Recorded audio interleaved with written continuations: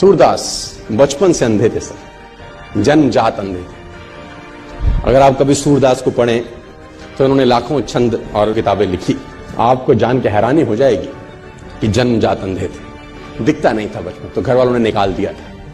घर वालों ने निकाल दिया, एक पीपल के पेड़ के नीचे रहने लगे और भगवान कृष्ण में भक्ति थी तो गाना वाना गाते थे, उनके भजन वजन गाते थे। तो मथुरा आगरा हाईवे के ऊपर मंदिर है बहुत सारे, अगर आप कभी गए हो तो, है ना। Have you ever been to those temples? Mathura Agra highway है ना, वहां कृष्ण जी के बहुत सारे मंदिर हैं। वहां पर गुलाब के फूलों की माला मिलती है, जहां आपने देखे होंगे, है ना। Have you ever been? आप में से कोई गया है ना, गए हैं ना आप लोग? तो वो पीपल के पेड़ के नीचे बैठे रहते थे और वहां भजन गाते थे। तो किसी गुरु ने उनको बोला कि तू मंदिर जा, वहां गा। तो उसने बोला ठीक है, तो चला जाता था मंदिर में, भगवान कृष्ण के भजन गाता था, मस्त गाता था, ना दिखता था ना भगवान को कभी देखा था, लेकिन कल्पना के अंदर। और इतिहासकार ये बोलते हैं कि 1500वीं शताब्दी में इनका जन्म हुआ, 1535 के आसपास, if I am not wrong. आज से 500-600 वर्ष पहले ये इस धरती पे आए, मथुरा में रहे और भगवान के भजन गाते थे। और इतिहासकार ये कहते हैं कि इनको भगवान के दर्शन होते थे। भगवान कृष्ण जब ये भजन गाते थे, इनका भजन सुनने के लिए आते थे। कितना सच है कितना झूठ मुझे नहीं पता, लेकिन आई बिलीव। मैं किसी चीज को नकारता नहीं हूं, जो बात है कहीं ना कहीं हुई होगी शायद। और घटना ऐसी हुई इनके जीवन के अंदर कि जिसमें उथल पुथल मचा दी बहुत लोगों के जीवन के अंदर, कि जब ये मंदिर में जाते थे तो मंदिर में इनको नजर नहीं आता था। तो जब वो भगवान का श्रृंगार होता है हर सुबेरे, तो ये पंडित को, जो वहां का पुरोहित था, उसको बोलते थे कि ये पीले रंग के कपड़े अच्छे नहीं लग रहे भगवान पे। तो pandit was shocked, how it is possible for a blind man to see. उसने बोला ये पीला रंग अच्छा नहीं है।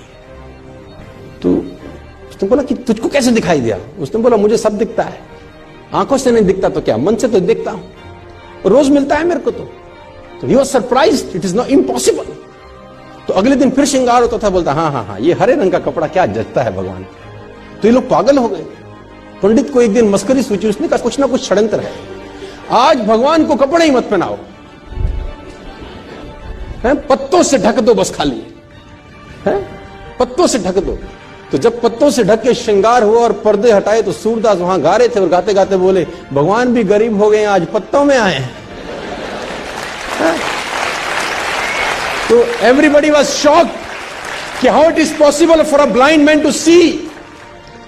लेकिन असंभव, मैं फिर कहता हूं दोस्तों, आपको मन की शक्ति से ना सर भगवान तक को पाया जा सकता है। कोई भी हैंडीकैपनेस आपके आगे नहीं आती अगर मन से साला आप सॉलिड हैं तो यार। और आप तो समृद्ध हैं यार, पूरे तरीके से ठीक हैं, भगवान ने आपको सब कुछ दिया है। एक आदमी ने कहा मैं बहुत गरीब हूं, तो मैंने कहा एक आंख निकाल दे 50 लाख देता हूं। तो उसने बोला कैसी बातें करते हो? मैंने कहा गरीब है, गरीबी दूर करते हैं, और दोनों दे दे तो 1 करोड़ का सौदा हो जाए। उसने बोला नहीं सर, ये कैसे पॉसिबल है? तो मैंने कहा चल दोनों हाथ भी दे, 5 करोड़ और ले दे। तू तो कह रहा गरीब हूं, तेरी गरीबी मिटाता हूं। कह रहा है ऐसे तो मैं बहुत अमीर हूं। तो मैंने कहा मैं भी तो तुझे बता रहा हूं कि तू बहुत अमीर है यार, तू क्यों ऐसा सोचता है कि तेरे पास कुछ नहीं है?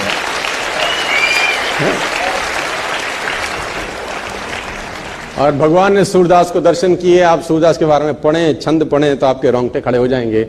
कुएं में नहाते नहाते गिर गए, कहते हैं एक दफा। जब कुएं में नहाते हुए गिरे, अंधे थे, नजर नहीं आता था, तो पानी में गिर गए। तो भगवान को हाथ जोड़े कि निकालो प्रभु। तो कहते हैं कि भगवान छोटे से रूप लेके उनको बाहर निकालने आए। और जब बाहर निकाला तो इनके जीवन की अद्भुत घटना है।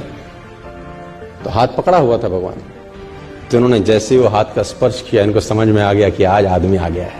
जो अब तक सिर्फ ख्वाब में दिखता था वो आज आ गया। तो उसने कस के पकड़ लिया, वो समझ में आ गया कि आज हाथ मौका लगा है, आज मत छोड़। तो कहते हैं भगवान ने झटके से हाथ छुड़ा दिया। तो सूरदास का एक बहुत बेहतर दोहा है सर, अपने साथ लेके जाना, खतरनाक दोहा है। हाथ छुड़ाए जात हो निर्मल जान के मोहे, हृदय से जब जाओ तब सबल जानूंगा तोहे। है ना, हाथ छुड़ा के तो जा सकते हो, है ना, आज मैं कमजोर हूं तो हाथ को झटक सकते हो, लेकिन दिल से निकल जाओ तब मानूंगा कि कुछ हो।